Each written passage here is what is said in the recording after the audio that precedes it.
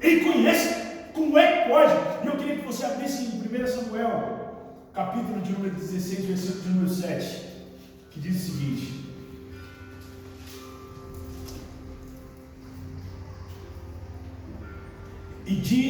então disse Saul aos seus servos: buscai-me, pois um homem que toque bem e trazei-me. É isso mesmo? 16:7, gente, perdão. Porém o Senhor disse a Samuel: não atentes à sua aparência, nem para a altura da sua estatura, porque o tenho rejeitado. Aí ele diz assim: porque o Senhor não vê como o homem vê, Ele conhece o coração.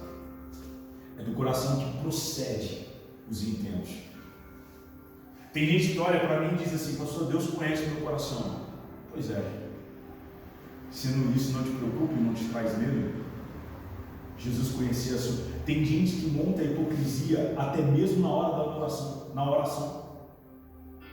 Ele é um hipócrita até mesmo na hora de orar. Ele não ora de interesse, de entrega. Deus conhece o teu coração. Ele sabe as razões pelo qual você foi a Ele. Ele sabe de tudo. E eu fico preocupado, pastor Rebeca, porque tem gente que não entende que se Ele conhece o meu coração, Ele sabe que aquilo que procede de mim, isso deveria me preocupar, porque eu deveria esquadrinhar o meu coração. Por isso o texto de Coríntios diz: examine-se, pois o homem é si mesmo, depois come e beba. Examina, vai lá no fundo de si. Se examina e vai de novo para Ele, não para se afastar da mesa. Que inclusive nós faremos esse ato hoje. Precisamos ser reais e sinceros em nossa religiosidade. A hipocrisia é grande, conseguimos enganar pessoas, mas não a Deus. A nossa hipocrisia. Tem pessoa que não se constrange diante de Jesus. Às vezes eu vou, como agora nós estamos ministrando direto na Caixa de Recuperação, e às vezes em algum ambiente a gente começa a ver o declínio espiritual. O declínio espiritual de pessoas. Mas as pessoas precisam manter a aparência. São os namãs que não se quebram. Eles mantêm o orgulho, eles mantêm a pose, o escudo, tudo que eles têm precisa estar armado, para que ninguém saiba quem eles são. A hipocrisia. A religião nos traz a hipocrisia de sermos algo que nós não somos. Pode vir. Queria que você abrisse comigo em Apocalipse, capítulo de número 1, versículo de número 14, que diz o seguinte. Apocalipse 1, 14.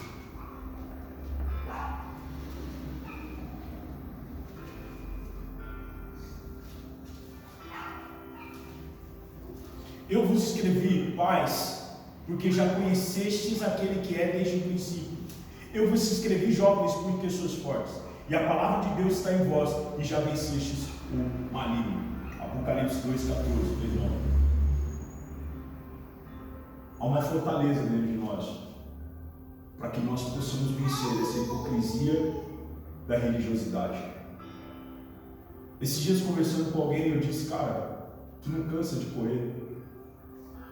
Você não cansa de correr do seu propósito, você não cansa de ir para cada dia mais longe daquilo que Deus te chamou. Ele disse para mim: não, pastor, é porque eu sei para onde eu estou indo. Eu disse: cara, tu parece um cego. Você é tão orgulhoso que você não vê que Deus é paciente. Há uma coisa chamada longanimidade em Deus. E o texto de Timóteo diz que Ele é muito paciente. Imagina alguém que é longânimo e paciente ao mesmo tempo. Ou seja, nada cansa. Ele tem espírito. Só que o problema é que nós somos finitos. Ele é infinito. Ele é eterno. Pastor, o que você quer dizer? Você vai cansar muito rápido. Ele tem uma eternidade para esperar. Só que talvez você não tenha esse tempo. Só que a gente não cansa. Esses dias, conversando com alguns rapazes, eu disse: cara, lá na casa de recuperação mesmo, O cara com 5, 6, 7 vezes na mesma situação. Eu disse, cara, meu pecado mudou. Ele disse, não, pastor. Eu falei assim, ele já sabe onde é o recurso. Lembra que Jesus está falando para eles? Vocês vieram a mim por causa da fome. Porque eu te saciei de uma forma. Jesus nos atende. Ele nos atende em tudo que a gente procurar. Mas agora vem o problema. Trabalhar não pela comida que perece, mas pela comida que permanece para a vida eterna, o qual o Filho do Homem nos dará. Porque esse é o Pai, o Senhor. Tem gente que trabalha a vida inteira para algo comum e nunca está completo dentro do seu espírito. Ele trabalha, compra, conquista, mas ele nunca é satisfeito. Eu não estou falando de pessoas que ganham milhões, estou falando às vezes você e eu que ganham um salário mínimo, 2, 3 até. Nada o satisfaz. Você pode ter milhões. Eu e a Belle, nós tivemos uma experiência dessa, de estarmos em um lugar ali, uma aldeia da Serra, onde os homens ganhavam milhões. Só que depois nós viemos saber que naquele lugar tinha pessoas que tinham tentado suicídio 7 vezes. Quer dizer que você acha que o dinheiro é a solução dos seus problemas. Ele é o meio de, mas ele não pode ser tudo. Porque não há como você ter afeto do dinheiro, você pode pagar por ele. Tem gente que paga pelo afeto, porque precisa de algo externo para completar o que há interno. E Jesus está dizendo, você veio a mim, eu te saciei, mas tudo que você quer na verdade está fora. E aí Jesus começa a dizer algo aqui em João capítulo 6, versículo número 28 agora. Ele diz o seguinte: disseram-lhe, pois, que faremos? Uma pergunta: o que faremos para executarmos as obras de Deus? Eu vejo um monte de gente falando isso para mim. O que é que eu faço? O que é que eu faço? O que é que eu faço? Mentalidade de escravo. Quer saber o tempo todo o que fazer? Mas ele está diante de Jesus. Como é que alguém que está diante de Jesus não sabe que Jesus é a resposta? Não há o que eu possa fazer, é só ter Jesus, é só estar em Jesus, é só conhecer Jesus. Eu sou completo. Mas tem gente que precisa do algo a mais. Mano, quando eu descobri quem eu era, eu disse, eu entendi, agora eu estou em qualquer lugar, eu sou. Mano, esses tempos atrás eu fui tomar um café com o Elton. A gente estava tomando um café, Jesus apareceu na mesa. Eu disse para o Elton, tudo aqui, desde a planta até a dona do lugar é consagrado. Ele falou para ti isso aí? Aí ele disse, não, vazão. Eu disse, ela era uma Wicca. Ela é uma Wicca. Só que a mulher é muito simpática. Eu disse, cara, se muitos cristãos entendessem o que é isso. O que eu quero dizer para você é que você pode estar num ambiente e poder ter a influência sobre ele pelo que você carrega. Porque você já tem Jesus. Conhecer Jesus é saber que tudo que eu preciso, todos os recursos estão nele. Pastor, buscar-me-eis e me achareis quando me buscar de todo o coração. Buscar em primeiro o reino de Deus e a sua justiça. Justiça que se chama Tzedakah. Tzedakah envolve a minha vida por completo. Buscar em primeiro a Deus e a sua. Sabe o que é justiça para o judeu? Jesus aqui está se referindo a um termo de justiça. O judeu ele encara os negócios como justiça de Deus. Então ele não entra em nada ilícito. Ele é justo no que ele faz. Tzedakah para o judeu é que ele é o auxílio para quem está passando fome. Então ele diz, preciso manter uma porta aberta. Tzedakah. Tzedakah para o judeu é respeitar o Shabat, que é estar em família e usufruir daquilo que Deus deu a ele no dia de descanso. Tzedaká. Tzedaká para o judeu é ajudar um estrangeiro. Tzedaká. Tzedaká para o judeu é quando ele planta e quando quer, ele não pega, porque ele sabe que alguém vai passar e pegar. Tzedaká. Então, quando a Bíblia está dizendo buscar primeiro a Deus e a sua justiça, está falando de tudo que envolve a minha vida comum. Só que tu está achando que precisa ser anjo para ser o que eu sou. Tu está achando que precisa ser anjo para poder fazer o que você faz. Ele se transformou em conhecer Jesus, é saber que ele viveu uma vida comum, como um homem, velho.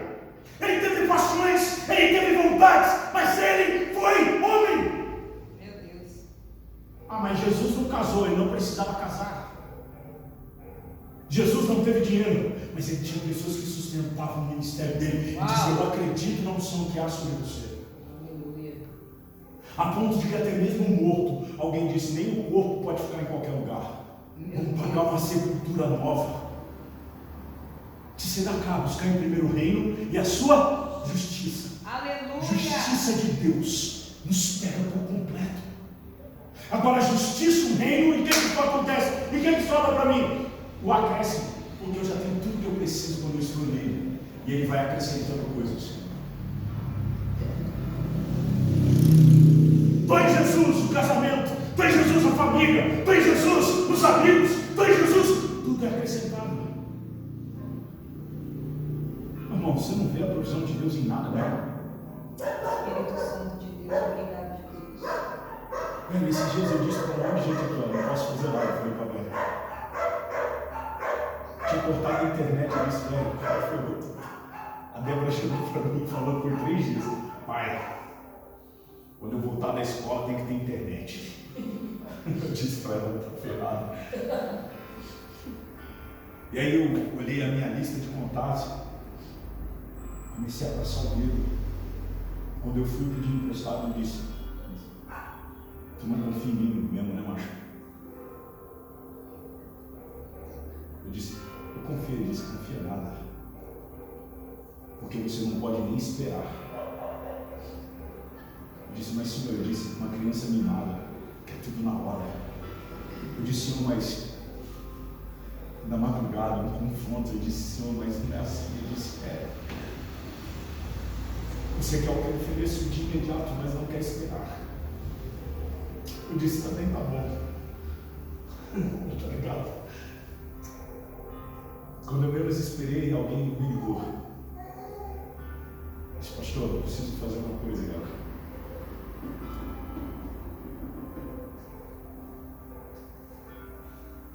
Buscar em primeiro o reino de Deus e a sua justiça, e as demais coisas você vai. Mas ele não está dizendo que é no tempo que você acha que é. Por causa do tempo, Abraão deitou com Agar.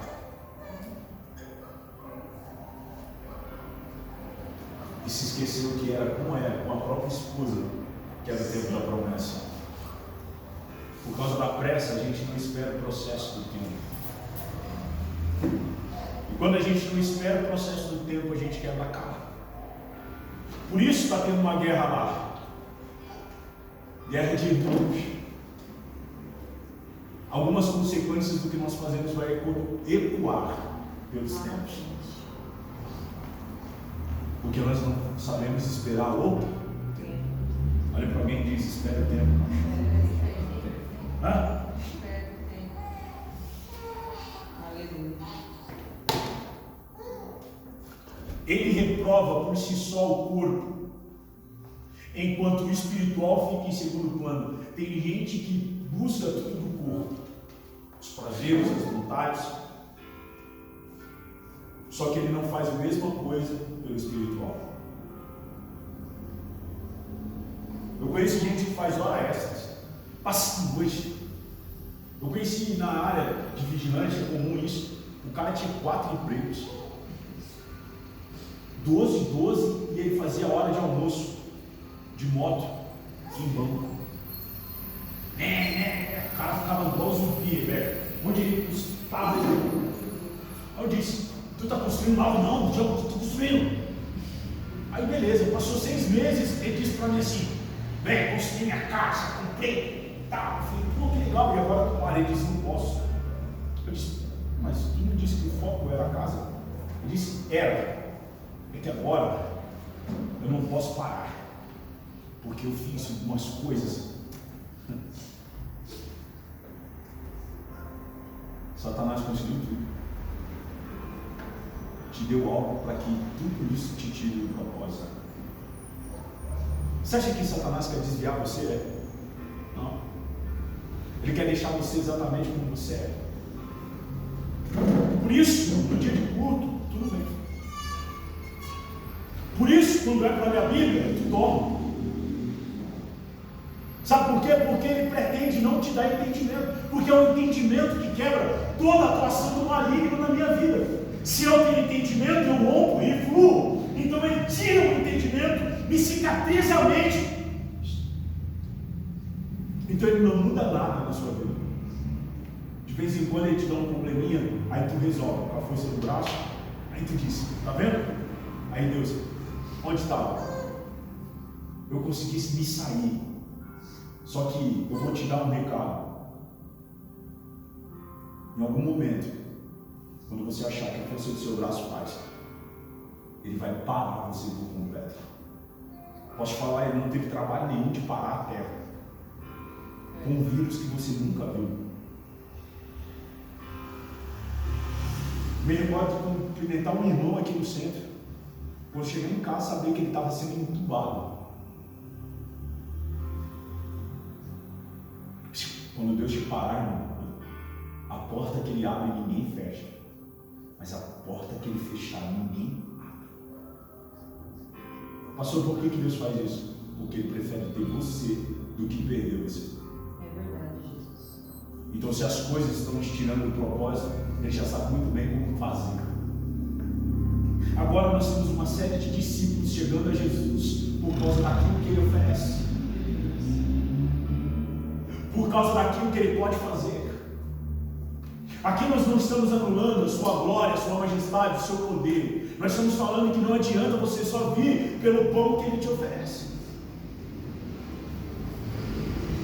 Às vezes, quando nós vamos em algumas igrejas, algumas estruturas muito grandes, muito bonitas, eu me preocupo com a qualidade espiritual daquilo que nós estamos fazendo. Que tipo de crente nós estamos criando dentro desses lugares? Pessoas que recebem palavras todos os dias e viram glutões do evangelho. Que é um glutão? Aquela pessoa que come, mas ela nunca coloca para fora. Há pessoas que recebem muito de Deus, conhecimento, poder, investimento, mas nunca vão fluir. E tu diz, onde é que está o erro? Na palavra que ela recebeu, naquilo que ela foi ensinada. O grande problema é que Deus conhece os nossos corações. Ele nos permite conhecer muito, mas Ele quer ver uma vida condizente com os frutos que Ele te deu. O apóstolo Zemir, ele diz algo muito poderoso. Tem muita gente que abriu igreja que não era para ter aberto a igreja. Ele seria um grande empresário. E ele seria um grande homem de Deus, sendo um grande empresário, fluindo com aquilo que Deus deu a ele. Agora há homens de Deus que não vão ter outra escolha. Pastor, o que é mais espiritual? Ser um pastor ou um empresário? Porque tem muito empresário que foi Deus que deu a empresa, é isso que eu disse. E tem muito pastor que não foi Deus que deu essa igreja para ele. O que é mais espiritual? Ser aquilo que Deus te chamou para ser. Ser um advogado potente nas mãos do Senhor. Ser um empresário potente nas mãos do Senhor. Ser um gerente potente, ser um dono de uma empresa potente nas mãos do Senhor. Ser um vigilante posicionado dentro disso. Sermos um pastores dentro de um ministério de flores. Ser uma pastora escondida diante das glórias. Cumprir o meu propósito, independente do lugar onde eu esteja, porque porque é o que vai fluir de mim. Pastor, se Deus me der muito dinheiro, pode ter certeza que Ele vai te pedir uma parte disso. O primeiro homem a acreditar nos seus sonhos foi o próprio Jesus. Só que você está se esquecendo daquilo que Deus começou a fazer. Da força que há naquilo que... Pastor, mas não é o que Ele me oferece. Não! Você tem o suficiente para sair, para fluir. Jesus, velho. Tu não precisa de mais nada. Jesus é a garantia. Mas tu está esperando isso para onde? Está esperando isso de uma grande estrutura. Jesus está dizendo, não, tu precisa de mim. Se você conheceras o nome de Deus e quem te pede água, você me pediria água. E eu te daria água viva. Por que ele está dizendo isso? Porque há vários tipos de água. A água da mina, a água da nascente, a água que ela nasce de onde? Da pedra, né? Há vários tipos de águas vivas que matam a nascente de alguém, que sai de planta, seja um tipo de pedra, não, de água. Velho, tu não precisa pregar como eu, tu só precisa viver uma vida que seja condizente com aquilo que Ele colocou você para ser, conhecer Jesus para ser, Ele chamou para ser, independente do lugar. Acabaram-se as pessoas comuns. Cara, eu me lembro que na minha época tinha aqueles homens que iam, olha, o presbítero Davi, ele era o presbítero da minha igreja. A família era uma família linda, cara. Os meninos funcionavam. A casa, a família era o tabernáculo da glória. Quando ele me levava para ficar com ele, mano, ele me levava para os restaurantes na época. E eu ficava admirando, porque eu era um pai. Eu tinha ansiedade por um pai. Eu cresci com uma paternidade. E aquele cara me mostrou que tem como ser um marido, tem como ser um pai perto de Jesus, próspero, uma vida comum. Eu nunca vi o presbítero Davi pregar, mas a vida comum dele falava do Cristo. Oh, velho, pelo amor de Deus, a gente perdeu a perspectiva do que é ministério. Ministério é aquilo que eu sou, é a minha vida comum. Onde eu estou, eu sou o que eu sou, porque Ele reflete em mim. É essa a ideia do Evangelho. O Evangelho não é se transformar num anjo com a Bíblia debaixo do braço, é ser o Cristo naquilo que eu falo. Quem não conhece a gente vai falar alguma coisa, mas quem para sentar diz, mano, nunca vi falar uma besteira, nunca vi falar um palavrão. Olha, Jesus aparece na vida dele. Agora, há pessoas que vão ter referenciais de nós que a gente nem plantou, foram concepções próprias. Alguém que não gosta da Rebeca, alguém que não gosta da Cris, não gosta, porque nunca sentou na mesa. Só que você vive ocupado com essas ideias. Mas eu quero te dizer que Jesus conhece o coração e Ele reprova esse comportamento hipócrita de quem não conhece Jesus. Eu queria que você abrisse comigo em Mateus, capítulo de número 11, versículo de número 12, que diz o seguinte: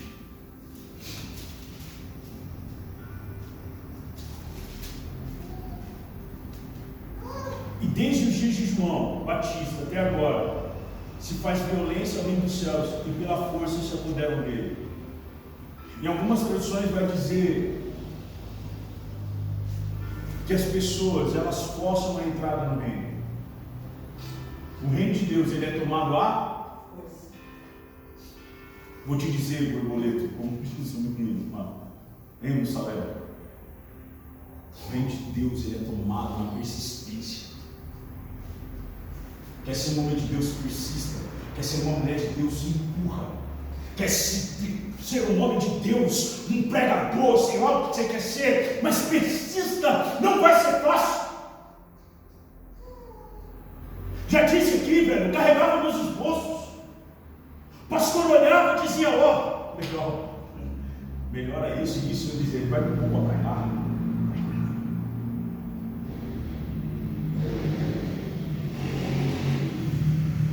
Que vocês que me conhecem pregando não sabem que eu queria cantar. Eu andava com você dentro da Bíblia. Plantecando, riscando. Eu fazia cópias e cópias, Lucas. Sentava no banco e dizia, vai ser a minha vez hoje.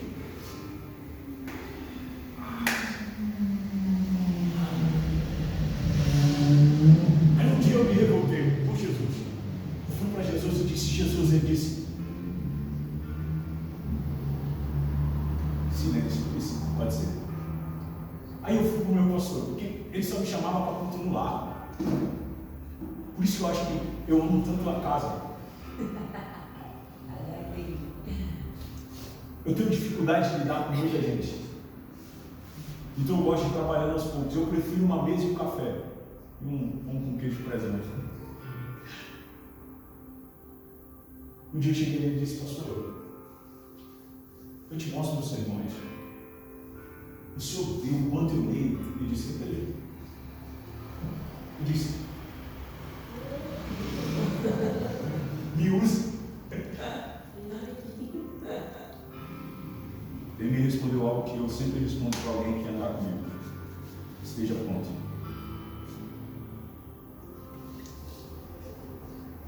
Eu disse, mas pastor, ele disse, esteja pronto. Ande comigo, mas esteja pronto. Aí ele disse assim para mim, esteja pronto no seu trabalho. Esteja pronto no ponto de